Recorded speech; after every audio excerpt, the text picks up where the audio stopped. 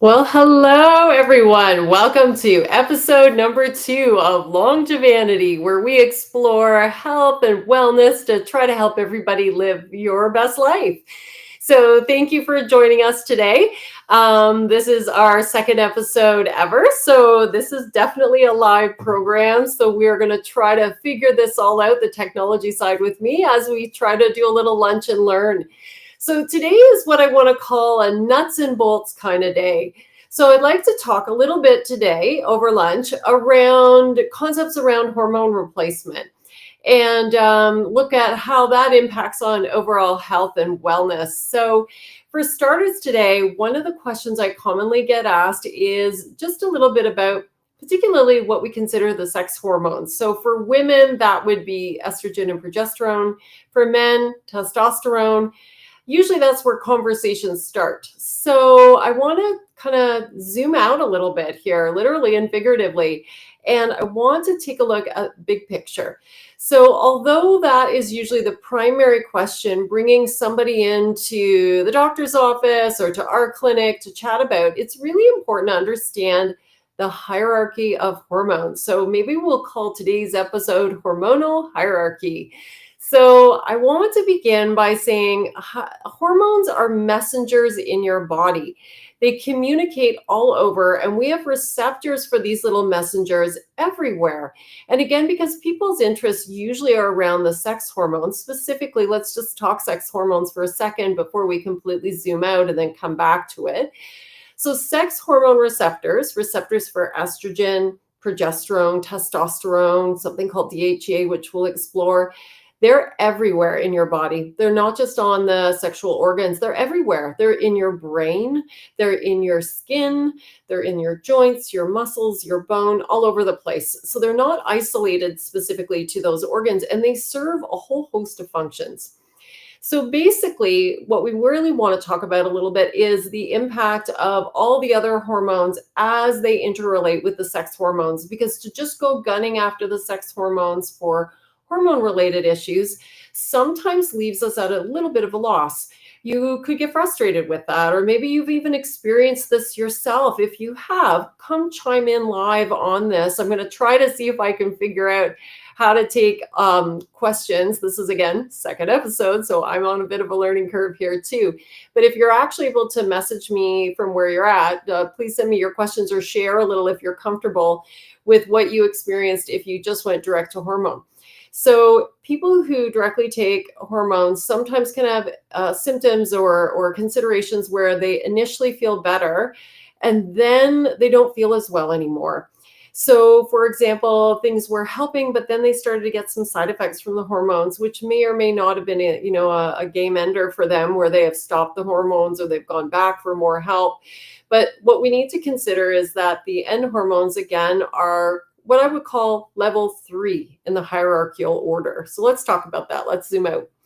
So one of the things we want to consider when we're looking to try to optimize hormone function and optimize really how you feel, that's actually the key thing here. It's not about the number or the hormone, it's about the person and how you feel after treatment, is we really want to try to make everything in your body work together beautifully and function efficiently for best overall sense of well-being.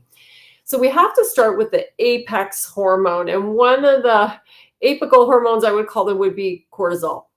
So what do we know about cortisol? Cortisol is really important because it's a primary fight or flight hormone. As human beings have evolved like many other creatures, we've been around for thousands of years and we were not at the apex that we are on now. Initially, we could be considered prey. So we would have to have fight or flight responses in order to survive our predator, not get eaten by the saber-toothed tiger, and be able to live a full enough life that we could reproduce, have offspring, raise them, and keep the species going. So this is how we've evolved from an evolutionary point of view. So cortisol is an important fight or flight hormone. Cortisol and our sympathetic nervous system, that's our really fast acting adrenaline and noradrenaline, that and cortisol puts our bodies in a physical state where we can best flee from a predator. So cortisol is a slower stress hormone than adrenaline. But what it does is it helps to bump up our blood sugar so that, again, our muscles can get sugar to them or glucose to them so that they can function and we can run away from the saber-toothed tiger. What was supposed to happen and what happened for thousands of centuries while we were evolving is that after the predator disappeared or the stress resolved itself, if we survived, well, then our cortisol levels would drop back down and we would go back down to a normal state. When we were trying to survive, flee from a predator or get away, it wasn't really the time to be making babies or healing or doing other things or digesting our food, for example. So a lot of those other systems would be somewhat suppressed so that all the energy could be conserved and pushed forward into, again, creating a survival situation for us. So when we're under stress now, our saber-toothed tigers are text messages or emails from work or conflict or, or road rage or these other things that tend to come into our lives. Family stress, being, again, a middle-aged adult where you've got parents who are not doing well and have a lot of health issues and you've got tons of worries. You've got adult-ish kind of kids who still need you and there's lots of stress on you and things to worry about. These are our saber-toothed tigers of today. And unlike the predator-prey role where it was there transient and then gone after you survived, the attack you were under, today's predators, today's stressors, they linger. They don't go away. So cortisol levels can stay quite elevated. And with that, we can see interference with how our other hormonal systems work. So in order to best help with what most people come in asking about, estrogen, progesterone, and other, we have to step back and try to help get the cortisol into its optimal level where it keeps us healthy and strong, but where it's not causing other problems. Cortisol, if it's really high, can actually cause some hot flashes too. So not all things that hot flash are necessarily estrogen loss. It can be cortisol, it can be thyroid. So that's my little segue into the thyroid. So I would say in the second seat in our hierarchy would be thyroid issues. So thyroid is a little gland in your neck, and it's kind of like the body's thermostat.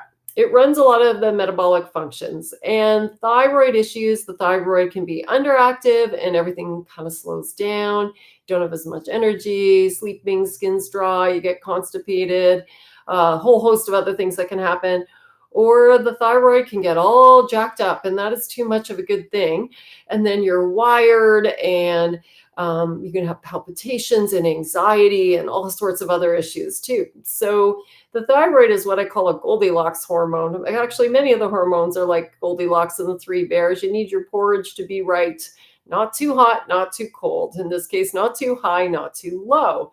So again, we have to look at and consider thyroid.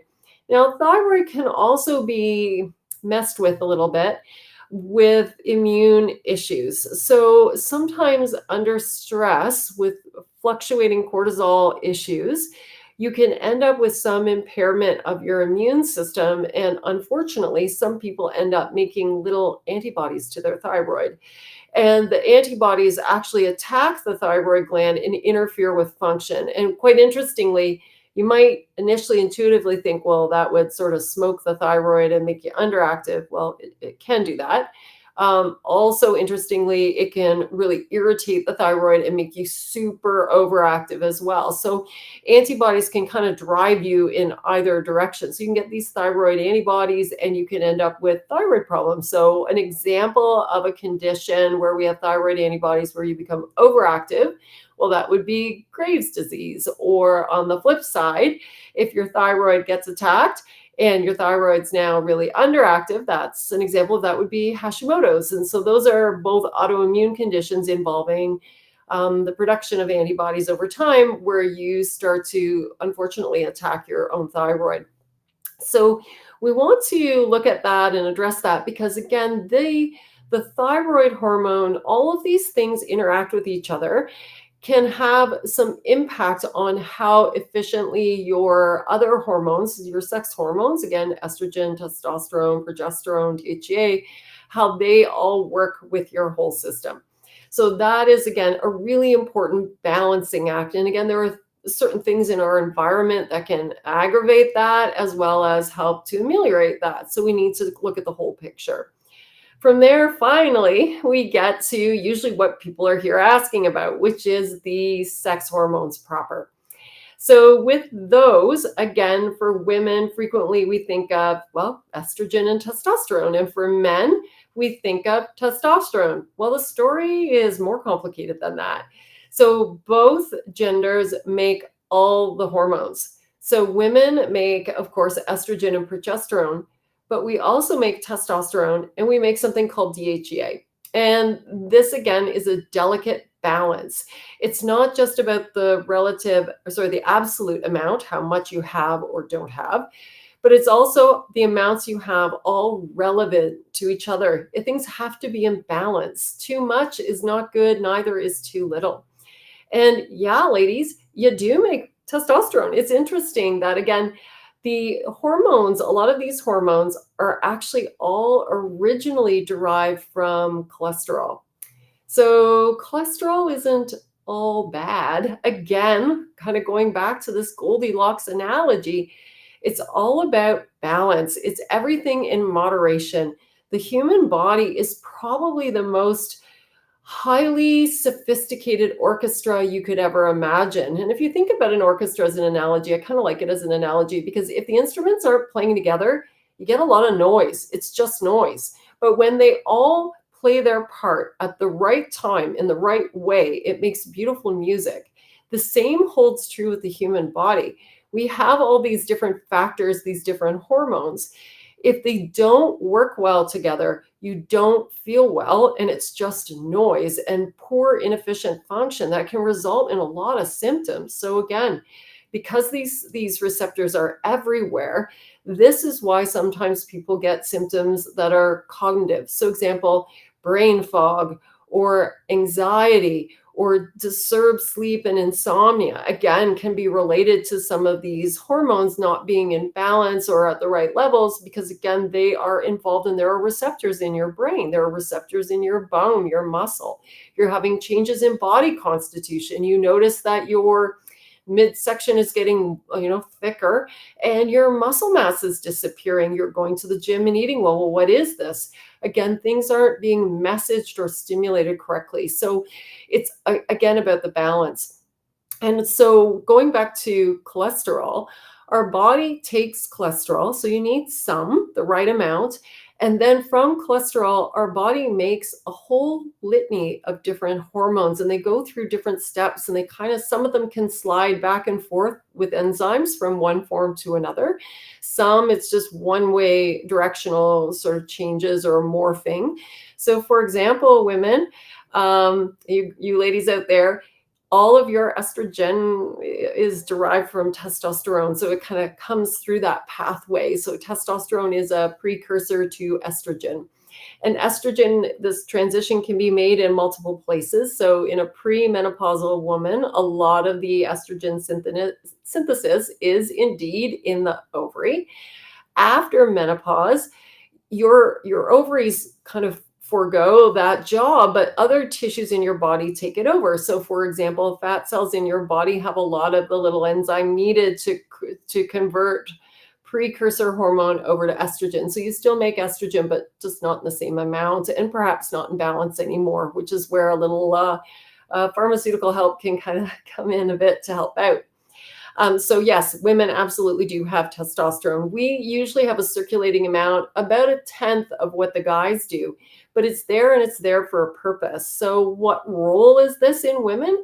Well, for us, we use testosterone for mental energy, mental clarity, for a little bit of that confidence. Sometimes if testosterone's really low, women can feel really emotionally labile. You watch some silly meme on social media or a sappy commercial and you're like bawling your eyes out. Well, again, maybe it's because you're a little low in testosterone. So again, we have receptors in our brain and it serves a purpose. So yes, it should be there. The other things that testosterone do in the right amount, well, they help to keep our bone mass up. That in conjunction with estrogen and progesterone, they all have a part to play. Certainly testosterone helps to maintain some healthy muscle mass, which again is very important in warding off frailty later in life.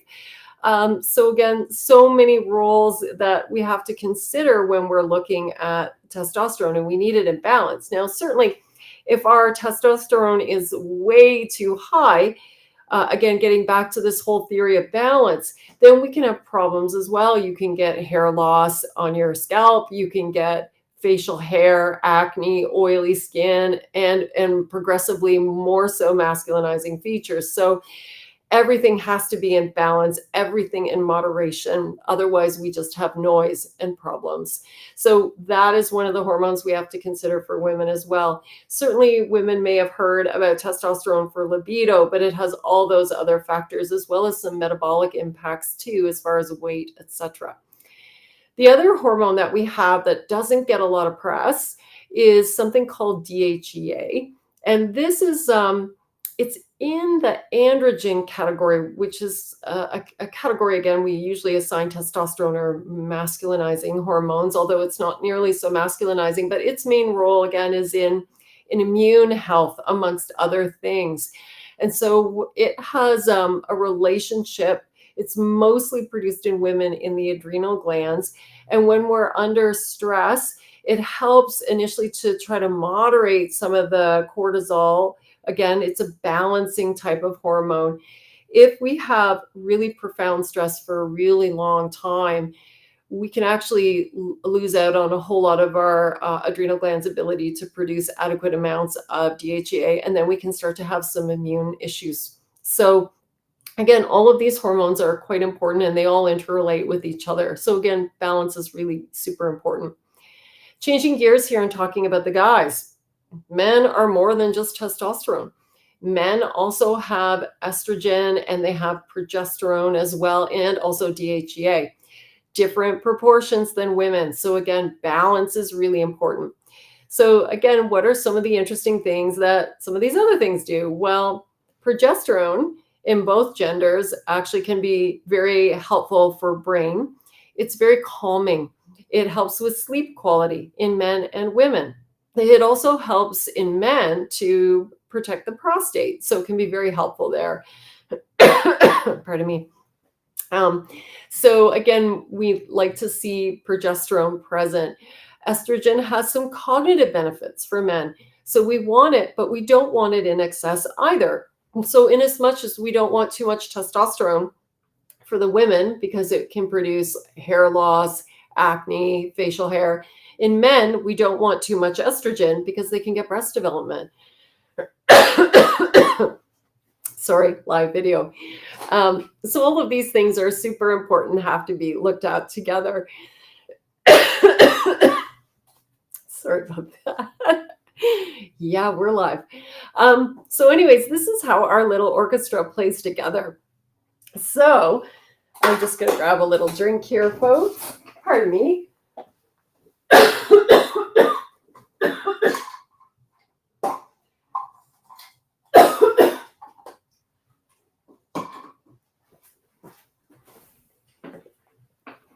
There, we'll try a little bit again and see if that helps.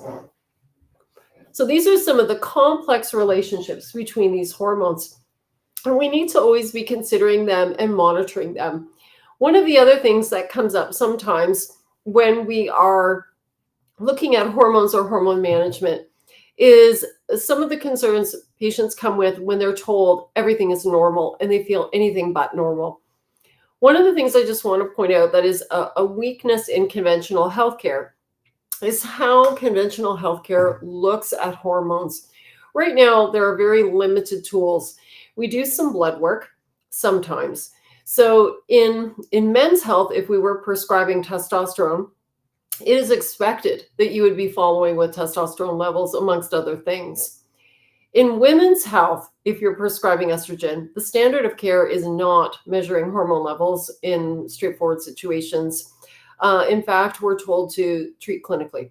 And so the problem is, as healthcare providers, we're slowly evolving more into a test, don't guess, and step outside of just clinically treating, which is where we look at symptoms and we do symptom-based treatment without looking at levels. But this is still the conventional way of looking at it.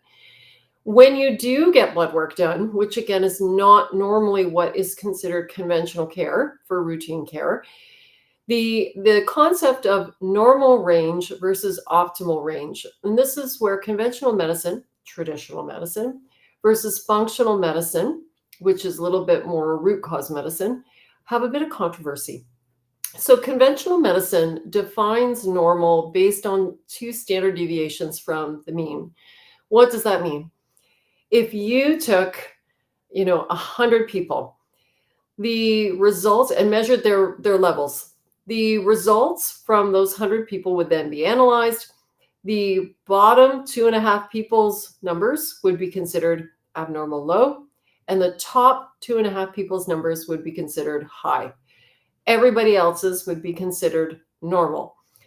What does that mean to you? Well, if you were somebody, let's say, who was in the top 80% of the pack, and something happened with your health, body changes, and you're now in the bottom 5%, you will be normal, told you're normal, but you don't feel the same. Your body's not functioning the same, and that's not normal for you. So this is where sometimes people feel a little bit frustrated or gaslit by healthcare because they go for testing. And if they can get to testing, which again, sometimes with some situations, based on how a lot of us were trained, is difficult to get access to it. But if you do, it is not unusual to hear back, well, your results are normal. I'm sorry, I don't find anything here. So this is where the difference is with functional medicine. In functional medicine, there's the concept of optimal and personalized. So in functional medicine, optimal would be, again, if we were in a range where we wanted, where high was better and low was maybe not as functioning, we'd probably want you in the top quartile, at the top 75th percent. Conversely, if it was a measurement we did where we liked things low, we'd probably want you in the bottom quartile, the bottom 25%, to expect you to feel the best. And then from there, continue to follow and actually adjust according to how you felt, sort of balancing where you were statistically amongst these ranges versus how you feel. So it's a little bit of a different concept. So normal labs might not actually be normal for you. So again, this is something we want to look at as well. So it's complicated, basically. And it's not a one-size-fits-all phenomena. Today, we didn't even get a chance to explore what happens to these hormones after they're utilized. That's a whole other discussion for another day. But today, that's what I really wanted to cover. So the key takeaways from today are hormones work together in balance, in tandem with other hormones. And the balance and the working together part is really important. The best analogy to think of it is like an orchestra where everything has to play together at the right time, at the right volume, in the right way. It is important to consider the relationship of the hormones, particularly with what I would call higher level hormones impacting on lower level hormones responses. The hierarchy of hormones. We have to consider our stress. Another conversation for another day is how to try to improve our cortisol situation, because that will overall improve our overall health and how we feel. Then the next one that we have to consider is thyroid. And then ultimately, we need to look at those sex hormones and all of them, the ones that affect us in both genders, all four: estrogen, progesterone, testosterone, DHEA. So they all work together. So that's our little hormone harmony. If you'd like to learn more about this, I have a couple of places where you can visit to get a bit more information. So up on the screen right now, I have a little QR code, and this is our website. So if you scan that QR code just down here at the bottom, you can go directly to our website. The other thing is, if you liked our talk today and are interested in learning more about this subject and other subjects, I would encourage you to follow us. So this is the link to our podcast. So we'll be doing this our Wednesday lunch hours. So we'll be here Wednesdays between 12:15 and 12:45, covering a host of different topics, everything from, I guess I would call it living your best life, anti-aging from the inside out. So sometimes we'll be focusing more on internal health, preventative health things that ultimately lead to better quality of life, as well as, looking great for as long as you can, hanging on to that youth. all the way through to taking questions and trying to cover what's relevant and what's pertinent. And then we're also going to be having a live educational event coming up. Hopefully you can join us. This is going to be live for those of you who are local, and we will be streaming as well. This is our Thrive Summit. So this is going to be Wednesday night, October the 22nd, and we hope you can join us. It'll be in Aurora, but if you're remote to us or you just can't get there, then we'll also be live streaming. So thank you again for watching. We hope you'll subscribe and follow, and we'll see you next week. Send me your questions if you have topics you want me to cover. Thanks for watching, and bye for now.